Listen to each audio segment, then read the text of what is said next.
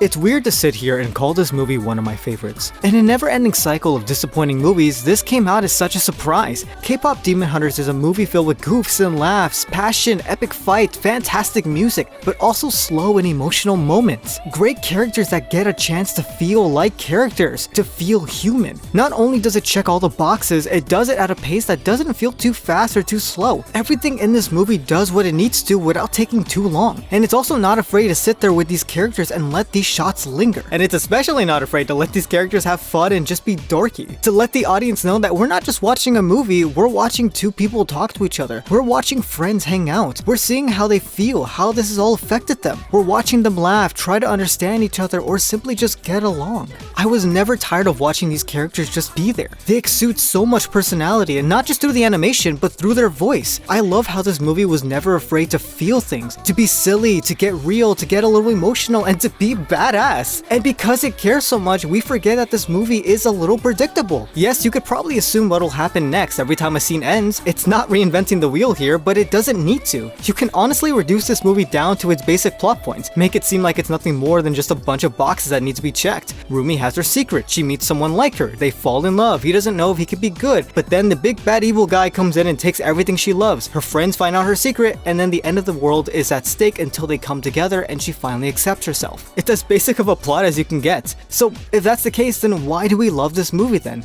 Well, the answer is obvious. Come on, I'm a broken record. It's because this movie cares. You can have the most basic ass plot in the world, but what matters most is the execution. This movie's not trying to be the next big IP or franchise. Heck, it wasn't even trying to be anything. It's just a fun story with great characters, great music, great fight scenes, and just great everything. And you'd think that this movie would have a hard time since it captures so much in such a short runtime. This movie's only about an hour and 30 minutes long, and yet it balances everything so well. Sure, you could argue that the pacing is a bit sped up and this movie would benefit of having an extra 30 minutes, but it doesn't really need it. Mostly, we'll talk about that later. It does everything that it needs to with the time that it has. Some people have said that it's basically just a long TikTok edit that's meant to stimulate your brain and get all the dopamine. I, however, don't necessarily believe that. Yes, this movie does go by a little quickly, but it was never in a way where it was rushing to get to the next plot point. Everything flowed together really nicely. I truly think it does capture every scene and every emotion and the overall story of just being you, embracing yourself and being golden. It never over-explains and it keeps it simple. From the very start, it establishes everything you need to know. And when it does go that extra mile and tell you things, it shows you the effect it has on just everything around it. One specific moment that comes to mind, spoilers by the way, Jinu wants to do what's right, but the magic evil water fountain is telling him what he is, what he should be, holding him in these chains of regret and pain. It is being explained to us at this moment, but we still don't know the full story. We know the lie that Jinu told us, but that hesitation he felt was because he can't bring himself to do what's right? Is he truly conflicted? Was he actually gonna go about the plan, or is he only switching now because he feels like he has to? Because he feels like he has to be a demon? And when he finally tells Rumi the truth, this scene shows that struggle, the pain that both characters feel. I just love that in this moment, their marks cover both Rumi and Jinu. They both kept secrets from the ones they care about. This moment proves that they are one and the same, especially when they've already tried relying on each other just to prove to themselves that they aren't just their marks, that they aren't just demons. They both have the same thoughts, the same regrets, the same character struggles. They perfectly mirror each other. And it's funny because it doesn't really go that deep with it, but like just looking at the scene, you can tell that Jinu is what Rumi is and what Rumi could be if she continues to go down this route. Am I looking too much into it? Probably, but it's cool. These marks that cover Rumi are important not just to the characters, but to the story. And it's really funny because the story didn't need Rumi to be half demon or for them to have this kind of conversation. But gosh, I'm so happy because this brought a tear to my eye. It was so unexpected, but at the same time, you knew something like this would happen eventually because that's what the whole movie was building to. And I think that's what makes the ending so much more impactful. We saw these friends hang out and just be close. They stood beside each other, they schemed, they dealt with these problems together, they argued, and yet it was established right away that things weren't good, that Rumi was hiding something. And slowly more cracks started to form, both mentally and physically, until her friends found out at the worst possible time, at Rumi's lowest moment. And yet, right when things could end, when nobody is left to save us, Rumi is there belting her feelings out. This song is my favorite. It's so powerful, I love the visuals, I love how the music just keeps expanding and building. It's just constantly just going up, and then finally it just fades out at the end. It's truly beautiful. The ending was everything I really hoped it to be. But this movie isn't perfect. And that sucks to say because it's such a good movie that I want to look the other way and pretend that it's beyond amazing, because it really is. It truly is. But as I like to mention in these videos, if you really like something, you kind of have to see its flaws. So what are they? Well, let's do a bit of a deep dive into the story. Kpop Demon Hunters is about 3 girls who hunt demons. Go figure.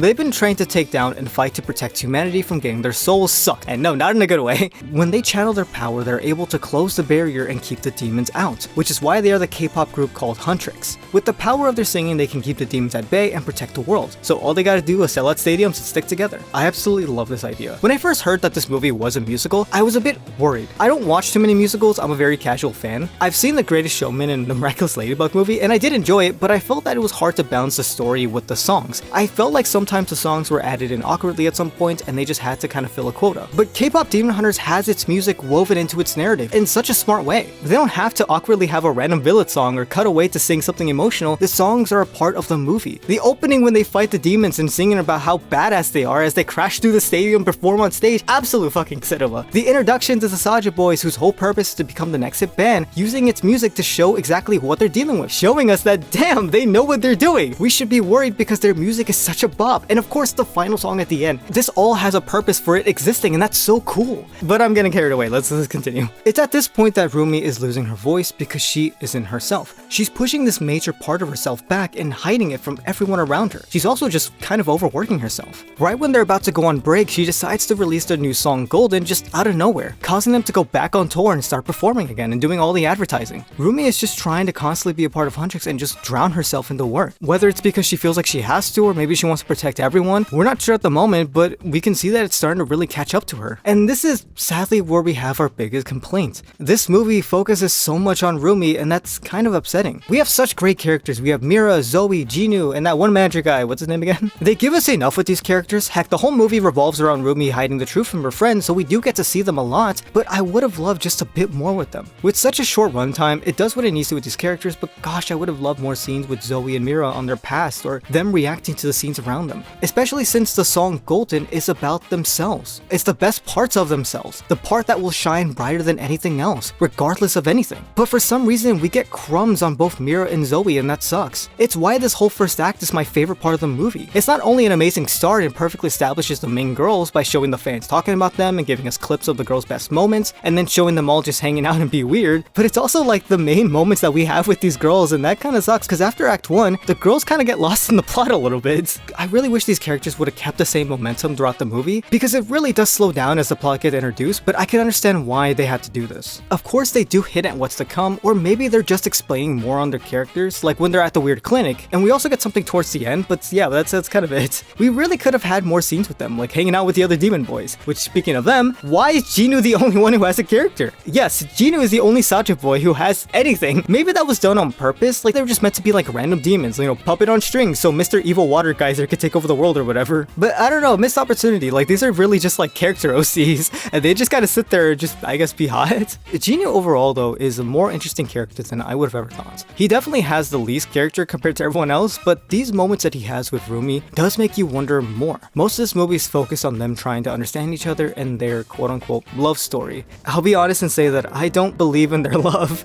I can understand why they fall in love with each other for the sake of the story, but we aren't really given enough time with them for them to develop really anything for each other. They talk a bit, they threaten each other a little bit, they tease, they sing a duet, which is actually a really amazing song, and then bam, they love each other, I guess, or I guess they understand each other, not love, maybe. Definitely the one part I wish we had more time on, like if they had an extra 10-20 minutes, I would have just had one more scene with them before the whole final act. I also wish we could have had Mira and Zoe find out in some way, shape, or form. Yeah, we do get a scene like that later in the movie, but once again, it's just me nitpicking, be like, I want more. I don't know, there was just room for more potential, you know? But yeah, I cannot stress enough just how much I love these main girls and wanted to see more of them. They're funny, expressive, and they're cool. I want more. It's around this time that we have Act 2 of the story, which is basically the downfall and setting up what will happen at the ending. Huntrix wants to take down the demon boys, not just through murdering them, but through their music. They spend the majority of the movie trying to write a song to take down the boys and show them up, and through the writing, Rumi starts to waver and have second thoughts. We don't know what Huntrix's other songs are like, but from the looks of it, I think this is the first time they've talked about demons in their music, because every time they write new lines for it, Rumi becomes more uncomfortable and almost scared. They talk about how demons don't deserve to live and how ugly their patterns are, and it's at this moment that Rumi begins to falter and the demons take people's souls away. Huntrix really needs to get their shit together, if not the demons will take over. And I could have sworn I thought it would be this this moment that Rumi would finally tell them the truth, that she's half demon, that she's been hiding this from them, but no, Rumi believes in Jinu and that he's good. They have a plan, but it obviously doesn't go the way it's supposed to. Jinu tricks her. Not on purpose though, kind of. I do think that Jinu really wanted to listen, but there's not much you can do when evil waterman whispers sweet nothings in your ear. And it's at this point that we have the best scene in the entire movie. I didn't talk about it much, but yes, Rumi isn't normal, she's half demon, she's a hybrid. Her mother was a former demon hunter and her father was a demon. We don't know much about her parents, how they fell in love in the first place, but we do know that they're both gone, leaving Rumi all alone to be taken care of by a friend of her mother's. Rumi was taught to project her demon side and hide it away. This woman is the reason why this whole movie exists, and I'm not exaggerating. Yeah, she did truly love Rumi and did want to take care of her, but that was through obligation. She felt like she had to. She didn't truly appreciate or even want Rumi. If anything, I feel like she was ashamed of the idea of having a hybrid even exist and having to take care of her. Told Rumi to hide it from her friends, keep it a secret, to project the side of her, that she could fix everything if she just goes back to being normal. But that's not normal. She's not normal. Things really could have been different if she learned to love herself instead of projecting this side and burying herself in work. I love this moment. This moment truly gave me chills. I feel like, especially in this moment, I truly cared for these characters.